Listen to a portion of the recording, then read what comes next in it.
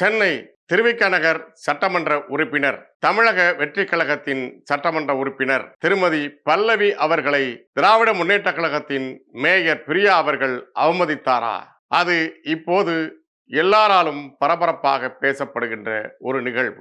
பள்ளிக்கூட கட்டிட திறப்பு விழாவில் கலந்து கொண்ட மேயர் பிரியா அவர்கள் குத்துவிளக்கு ஏற்றும் போது திருவிக நகர் சட்டமன்ற உறுப்பினர் பல்லவி அவர்களுக்கு குத்துவிளக்கு ஏற்றுகின்ற வாய்ப்பை திட்டமிட்டே தவிர்க்கிறார். செய்தி ஊடகங்களில் பரவிய காணொளிகளிலும் அதை காண முடிகிறது. பொதுவாகவே பொது வாழ்வில் இருப்பவர்கள் இத்தகைய வன்மத்தை வெளிப்படுத்துவது அறம் அல்ல.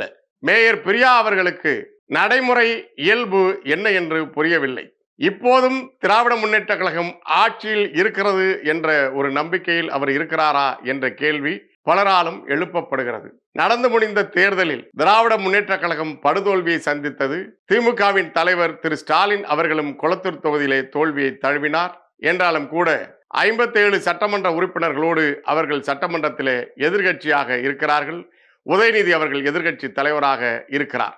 ஆனாலும் சட்டமன்ற உறுப்பினர் தவேகவை சேர்ந்தவர் என்பதால் அவர் தமிழக வெற்றி கழகத்தின் சட்டமன்ற உறுப்பினர் மட்டுமல்ல, திருவிக நகர் சட்டமன்ற தொகுதியின் அனைத்து மக்களுக்குமான சட்டமன்ற உறுப்பினர் என்பதை மேயர் பிரியா ஏன் கவனத்தில் கொள்ளவில்லை?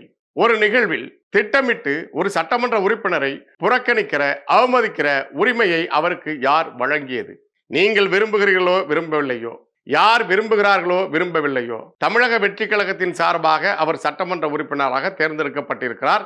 மக்கள் தேர்ந்தெடுத்திருக்கிறார்கள். மக்களின் பிரதிநிதி பல்லவி அவர்கள் ஒரு பள்ளிக்கூட நிகழ்வு, அந்த பள்ளிக்கூட நிகழ்விற்கு எம்எல்ஏவாக சட்டமன்ற உறுப்பினராக இருப்பதால் அவர் பள்ளிக்கூடத்தின் சார்பாக அழைக்கப்பட்டிருக்கிறார். ஆனால் மேயர் பிரியா அவர்கள் அந்த நிகழ்வுக்கு வருவதை முதல் நாள் இரவு வரை உறுதி செய்யவில்லை.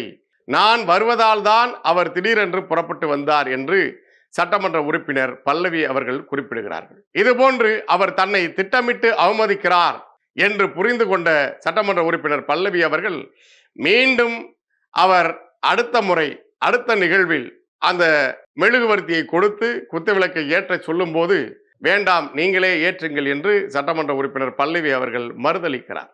ஏற்கனவே மண்டல அதிகாரி, மாநகராட்சியின் மண்டல அதிகாரி மற்றும் பல அதிகாரிகள் அந்த விளக்கு ஏற்றுகிற நிகழ்வில் பங்கேற்றிருக்கிறார்கள். திராவிட முன்னேற்ற கழகத்தை சார்ந்தவர்களை மட்டும் முன்னணியில் நிற்க வைத்து சட்டமன்ற உறுப்பினரை பின்னால் நிற்க வைப்பது தொடங்கி அனைத்து வேலைகளையும் செய்திருக்கிறார். மேயர் பிரியா திராவிட முன்னேற்ற கழகத்திற்கு மட்டுமானவரா? இல்லை, சென்னை மாநகரின் மேயர் என்பதை அவர் உணர வேண்டும்.